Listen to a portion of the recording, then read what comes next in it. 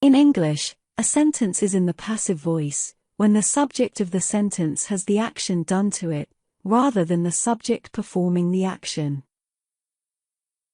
Fundamentally, we use the passive voice to focus on the experience, or action, and not on who, or what, is doing the action. Most of the time, we use the active voice in English, instead of the passive. Nonetheless, the passive is used much more frequently in English than in other languages, such as, for example, in Spanish. Why is the passive voice used? Primarily, the passive is used to express, or focus on the action, or experience, rather than the agent. The person, or thing that performs the action. For example, the room was cleaned by Ben. The action of the above sentence is, room was cleaned. The agent, the person, or thing that performs the action, is Ben, which in turn, does not coincide with the subject, room. The room is the subject, while Ben is the object. Remember, here, Ben is not the subject but, rather, the object of the sentence. That's why this sentence is a passive structure, and not an active structure.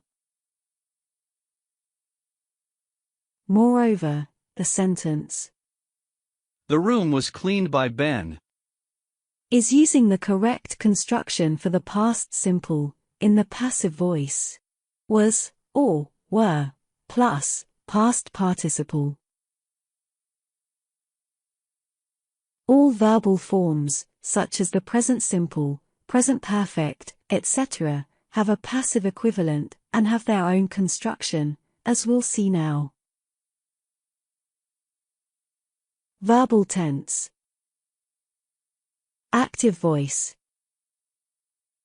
Passive voice. Present simple. I know him. He is known by me.